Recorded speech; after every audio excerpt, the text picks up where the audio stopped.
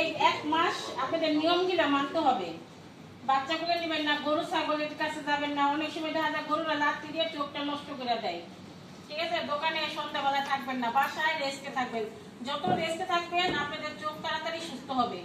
যে মনে করতেছেন অপারেশন হয়ে গেছে তার জন্য ভালো হয়ে গেছেন, না।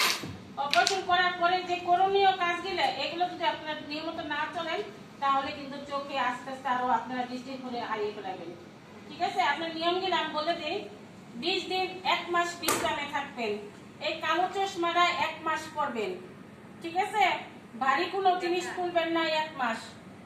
শক্ত খাবার, পান সুপারি, আপেল, পেয়ারা, এগুলা মাংসটা নরম করে দিতে পারবেন। এই জিনিসগুলো পান সুপারি আর সাধারণত আপেল, পেয়ারা 1টা মাস আপনারা বন্ধ রাখবেন। চুলটা মুছে নেবেন। যার যে চোখ অপারেশন হয়েছে এর বিপরীত চোখে পানি দিবেন, ওই চোখে চোখটা বন্ধ করে উপরটা মুছে দিবেন। 1 মাস চোখে কোনো মতে যাতে পানি না যায়। এই কথা বলে বা টাইম করে নামাজ পড়বেন।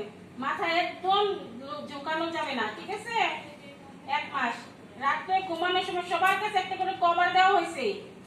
ব্যান্ডেজ খোলার সময় বলেছিলাম আমি, এই কভারটা হারাই গেলে আর দেওয়া যাবে না। সবার হাতে আছে না? ওই কভারটা রাতে ওটার ভিতরে কস্টিপ লাগানো আছে। এভাবে রাতে ঘুমানোর সময় লাগাই দিতে বলবেন আরেকজনকে। রাতে কোনো মতেই যাতে এটা হাত না যায় চোখে।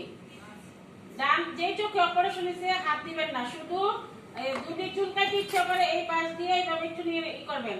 তাহলে আপনাদের ওখানে তো হসপিটাল আছে, চোখের হসপিটাল, ওখানে যোগাযোগ করবেন। আর যদি আপনাদের কারো যে আমরা ফোন দিব 15 দিন 1 মাস পরে যদি আসতে বলে, আপনারা যদি আসতে পারেন তাহলে আসবেন, না হলে ওদিকে ডাক্তার দেখাই নেবেন। এখানে নাম্বার দেওয়া আছে। আর যে আমাদের দাদা তো আছে, দাদার সাথে যোগাযোগ করবেন, দাদা এসব কিছু ব্যবস্থা করে দিবেন।